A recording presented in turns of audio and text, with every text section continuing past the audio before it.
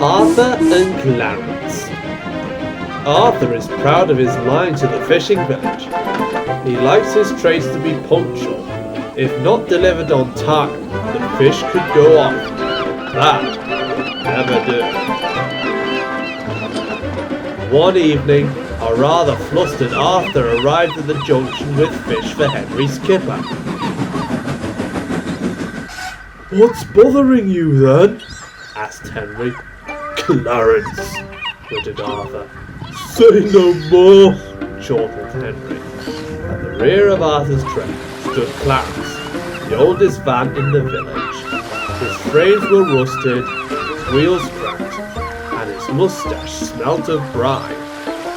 He was well mannered and kept the other vans in line. The fishermen were fond of him, and so was Arthur, except when he dawdled. "Oh, I have plenty more to say," fumed Arthur. "Held back because he thought he saw a whale. I may not have a spotless record anymore, but that doesn't mean my trades have to be tardy." "We're only a minute late," soothed Henry as he prepared to leave. "Cheer up and be careful. You'll bump Clarence to bits with a temper like that." On their way back to the village, it began to rain. Arthur was straining to see the line ahead. Clarence, meanwhile, was entertaining the other van. "Not like these lads," he muttered. "Oh, when the beasts of the sea come out to play, many a sailor's had a near miss from the great serpents that lurch beneath the waves." "Crap on Clarence!" the vans giggled. Clarence took no notice. In a flash of lightning, he saw something out on the horizon. "Oi, Arthur, something's out there!" "For the last time, Clarence," sighed Arthur. "There are no whales around here. Now come on, before the weather worsens." Clarence decided, but couldn't shake the feeling something wasn't right. By morning, the rains had lessened, but the sky was grey and dreary. Arthur was glad he had a fire to keep him warm. "I don't like this sort of weather," he said glumly. "Nor do I, old man," said the driver. "But we must be off. The morning catch is due out soon." When they arrived at the quay, the fishermen were concerned. "We were expecting a big haul this morning, but the boat from the mainland hasn't come. Just you and Clarence today, Arthur." "How lovely!" chuckled Arthur. Soon they were heading down the line. "Wonder what we'll see out there today, smiled Clarence. "Perhaps the day of a whale finally surfaces." "Whatever is out there is of no concern to ours right now," said Arthur sternly. "Our load may be small, but it must be on deck." Suddenly, there was a great creaking and groaning.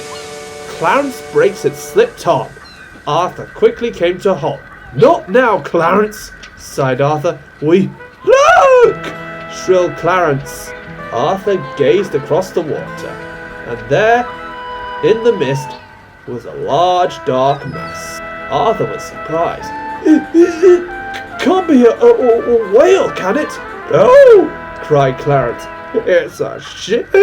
Sure enough, the shape was the hull of an overturned ship, and stranded sailors were perched atop it. "We must help them!" shouted Arthur.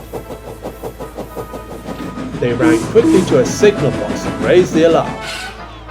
Arthur ran back to the fishing village as fast as he could. Soon, a cavalcade of fishermen had set off to recover the sailors. At last, they arrived back with the sailors in tow. "We were bringing your delivery of fish," said one, "and when the storm rolled in, the waves capsized us before we could send a distress call. Thank you for helping us." "No trouble at all," replied Arthur's driver. "But we better hurry. What little fish we have will be a late delivery." Arthur hurried along the line. Much to his relief, Clarence didn't dawdle anymore. At the junction, the Fat Controller was waiting. "Sorry we're late, sir," began Arthur. "Don't worry," smiled the Fat Controller. "I've heard all about it, and I'm proud of you, Arthur. Thank you, sir, he smiled, but it was Clarence who spotted them. He's a very useful man. Oh, big Clarence, here I'll be proud to do that, chuckled the Fat Controller. He looked at Clarence's weathered wood and rusty frame. A job well done is as a reward. Arthur, once the fish is unloaded, I want you to take Clarence straight to the works for a complete overhaul. Gladly, sir, smiled Arthur. Clarence was delighted. He was given new wheels, shiny frames, and a fresh coat of paint. Now he's the smartest fan at the key. He still dawdles from time to time, but Arthur knows he's just keeping a watchful eye, even if he's mostly looking for the great job of the day.